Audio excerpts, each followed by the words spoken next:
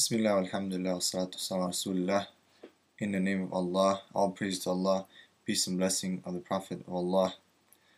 Just a small reply, inshallah, to a person who sent me an email, thief1122. And he was just, again, obviously like other people, accusing Prophet Muhammad of being a criminal, Islam being a religion of Satan. He was quoting something from Ali Sina's website. I just asked him a few questions and he replied. He says that why does Allah leads astray? Why is Islam the only religion that states that Allah leads astray? Okay, I'll answer that first. Number one, Allah subhanahu wa ta'ala, of course, He leads astray those who leave themselves astray. Allah subhanahu wa ta'ala leaves astray whom He wills. Many times in the Bible you find Allah yahdi man yasha, Allah guides whom He wills, and He leaves astray who He wills. Because it's actually, that's what it actually means. It shows His actual will. If I tell you that I will to do something, that is my will. It's not that I'm compelling you to go astray, but that is my will. No one can guide someone except by my will, right? God says, Allah says, and no one can misguide except by will. So no one can just get up in there and say, I guide and I misguide and I do things on my own. No one can come, I cannot come and claim and seek that say, I came to Islam by myself. No, Allah subhanahu wa ta'ala guided me. And no one can claim that I left Islam by myself, or if they had something in their hearts that they didn't like, of course that helped to that. But Allah subhanahu wa ta'ala is the one who had the will to leave him astray. Because if He wouldn't want to leave him astray, right, if there was good in their heart and people were trying to lead them astray, Allah would not allow them to be astray. But easily 2 verses will really clarify this. This person obviously doesn't have knowledge of Islam. I never probably read through the Quran.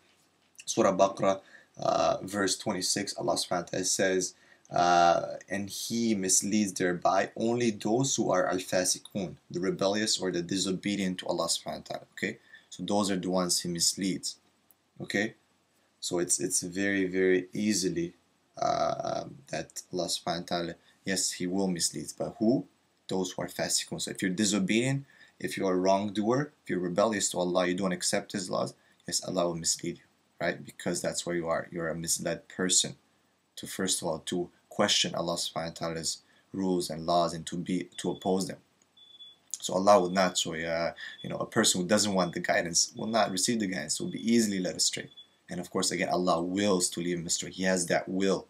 Okay? No one can just raise up and say, yes, I misled myself. No, it's Allah's will, because everything in this world, the sun, the moon, everything goes against to Allah's will. Nothing can go against it. Same with guidance. No one will ever claim guidance. That's why we always thank for the guidance. I can't just say that I picked up the Quran and I guided myself. It was Allah's will. Another verse, Surah Al-Imran, Allah subhanahu wa ta'ala says, and how shall Allah guide people who disbelieve after their beliefs, and that they bore after their belief, and after they bore witness that the messenger is the true, after clear proofs have come unto them. And Allah guides not the people who are dhalimun. They are the wrongdoers, the polytheists, the wrongdoers. So people who have first believed and then have in the messenger and Allah and in the messenger, and then they reject the message. And Allah does not guide the dhalimin, the wrongdoers, the oppressors. Easily He misguides them. He misguides the dhalimin. So these are the people who Allah subhanahu wa ta'ala does not guide. He misguides them. Why? Not because Allah just says, okay, here's today someone, I'm going to misguide him. No. Allah only misguides those who are dhalimin, those who are fasiqeen, who are having their hearts, they want to hurt people. They want to, go against the commandments of Allah. They claim that they are believers. وَمِنَ النَّاسِ مَن يَقُولُ آمِنُوا بِاللَّهِ وَبِالْيَوْمِ الْآخِرِ وَمَا هُمْ بِمُؤْمِنِينَ.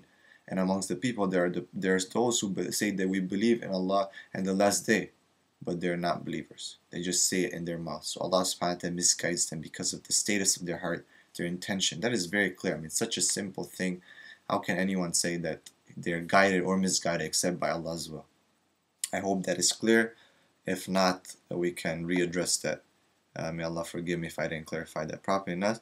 And they talk about that Jewish scriptures do not deny the divinity of Christ. Just the opposite. Jewish scriptures do mention that the Messiah will come. Well, I beg to differ. I don't think you understand that.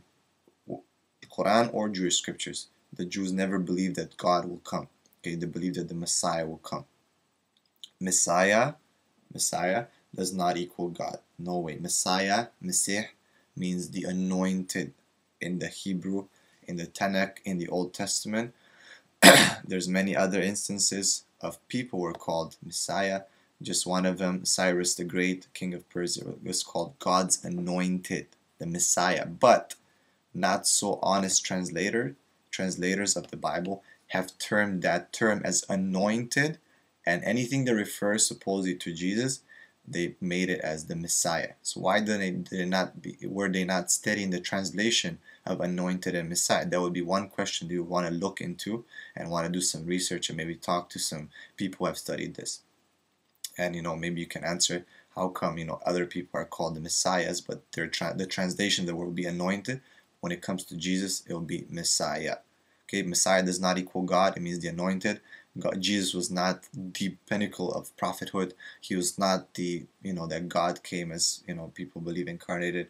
He was just a Messiah. Okay, an anointed person, a prophet who came to warn the people. He was just a man.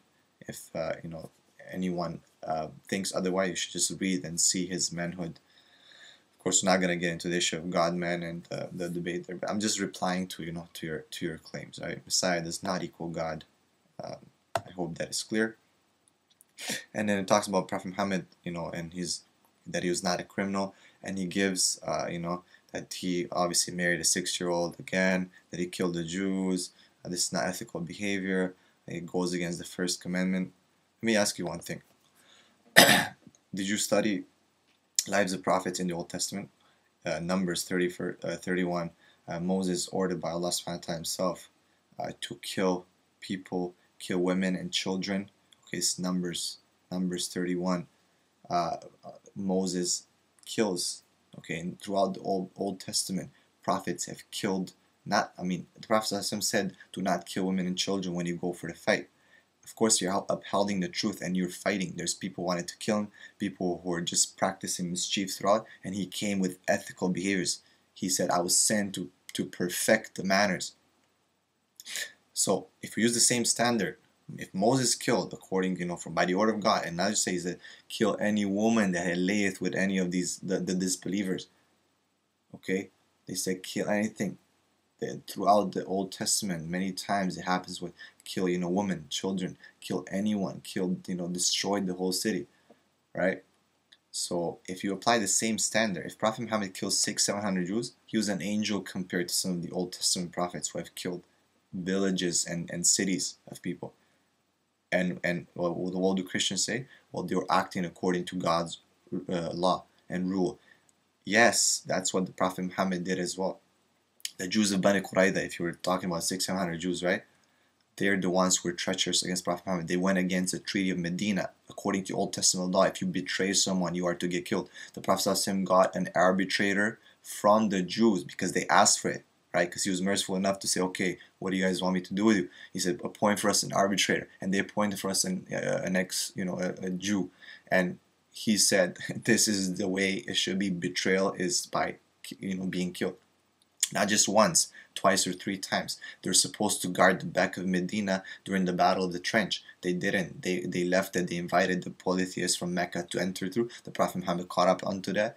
They took off, okay, and then he went for a siege. Then they got finally stopped. They got taken and they were killed according to their law, the most fair you can go. How can anyone go and judge you according to your law unless he's very fair?